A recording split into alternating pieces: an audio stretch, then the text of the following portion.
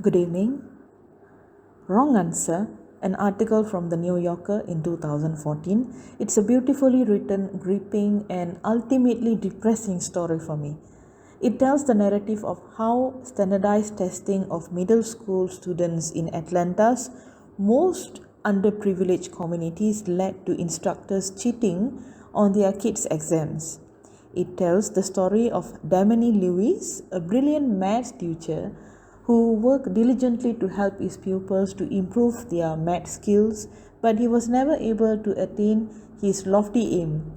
He and other teachers started to alter the students' exams in response to increase the pressure to boost their test performance. And according to Rachel Aviv, the author, the cheating at Parks Middle School in Atlanta includes not just students but also teachers and the school's administration. When it all began in 2006, maths teacher Devani Lewis photocopied all the exam questions for her students, shared them with two other colleagues who also taught reading and maths. His only concern was about the safety of his pupils, since the school might be forced to close if they fail to meet the no child left behind requirements. As a result, the kids will face a grim future. It was also unreasonable to establish goals for students who show less quantitative evidence of intellectual progress than others. Beverly Hall, the school's superintendent, established accountability metrics for teachers, as well as performance goal and a reward and punishment system. If the employees meet their goal, they will get up like a $2,000 in compensation, and they will be sacked if the objective isn't met. This results in 90% of the staff members being replaced. Project GRAD, a program launched by Hall, has helped the school continuously to improve, although the exam results shown from the people are still very low than intended. Teachers may then correct students' responses in order to manipulate their exam results. Christopher Waller, the school principal, discovered that the primary school result of these kids had been tampered with the grades and abilities which did not line up to the actual one, and leading up to the manipulation of those scores by the teachers and the administrators in the school. And there has been no change in the school's performance then. To start with, the inquiry began when the Governor's Office of Students' Achievement discovered that one of 5 schools have rectified students' incorrect responses. And in October 2010, the Georgia Bureau of Investigation sent 50 agents to the school and several others in the same area. When Louis requested his colleagues to meet the investigators, they refused at first, even though Louis had urged them to do so. After completing more than 2,000 interviews, the investigators concluded that about 44 schools have cheated in this. In 2012, Louis' employment came to an end, and however, since the probe, the stakes for testing in Georgia have increased. The old competence exam has been replaced with a more thorough assessment technique, and many teachers and administrators are now facing repercussion, including dismissal and criminal charges. See, this is a moral tale, but the toxic environment created the state's interpretation of NCLB had made the moral unclear. Georgia isn't the only state where teachers and administrators have been caught cheating. Similar cheating has been revealed in Nevada, Missouri, Texas, Ohio, and Washington, D.C., where Michelle Rhee utilized severe measures to force mandatory test scores improvement. And despite evidence that much of data used for evaluation was tainted. There are some lessons that we could learn from this article. First, cheating or altering students' grades is a quick fix to meet the short-term objective, and this means that instructors and administrators will be continually adjusting students' rating in the future since they want the students to consistently perform. This is rather a troublesome and stressful act for the teachers as well. Yeah, we know it's against the professionalism as teachers, but it happens.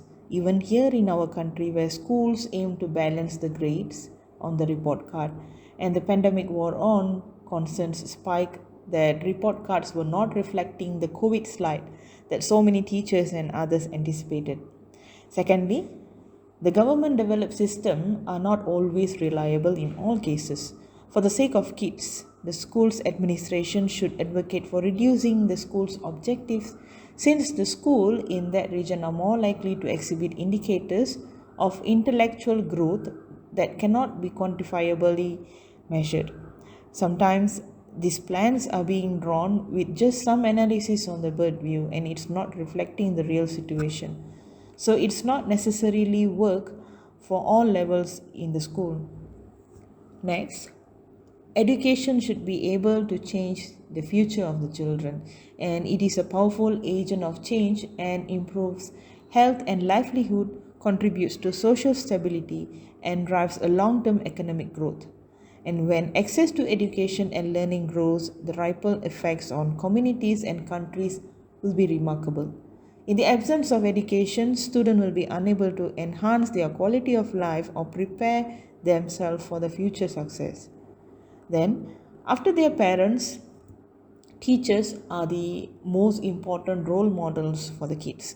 And when a student comes from a broken home, he or she is more likely to look up to their professors or teachers. Students always believe that their teachers are correct in whatever they say and do. Why is it so? Teachers follow students through each pivotal stage of development. At age 6 to 8 hours a day, 5 days a week, we as teachers are poised to become one of the most influential person in a student's life. And after their parents, the children look up from us, the teachers. Then, as a middle school teacher, we should be able to guide the students through yet another important transition to adolescence. As children become young adult, learning throughout the middle school and going into high school, we will be the answer for their questions. Listen to their problems and teach them about the new phase of their life. You not only watch your students grow, but you help them to grow. They watch you every move, and you can't afford to portray a bad light on whatever things in front of them. And lastly, students and their abilities should not be judged only on the basis of their performance on a standardized test. See, the primary conundrums in standardized testing or achievements lie in the validity and applicability of the test results. Validity relates to how accurately the test results actually reflects the student's knowledge about the subject. And standardized tests use a minimum number of questions, and getting even one or two wrong due to environmental reasons will affect the individual's results. And the factors that affect a student's getting a question right or wrong may be infinite and could be organized into situational or environmental confining factors or personal or emotional factors or even grade spread requirement in standardized testing. So the result don't really show the correct level of achievement from the students. Instead, co-curricular activities such as sports, chess, drawing, uniform societies might help children who struggle on the exam. Individual students' talents and weaknesses should be acknowledged by the teachers as well. Okay, how if I am at Park Middle School?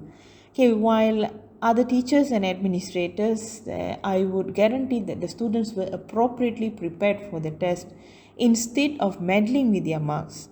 However, unlikely it may appear, cheating will dissuade students if they ever find out that their results have been affected in any manner.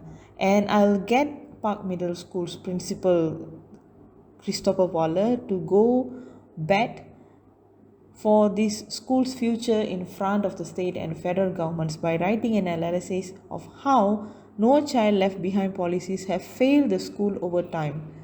Investigating the school's poor rewards and punishment systems should be a part of the investigation's scope.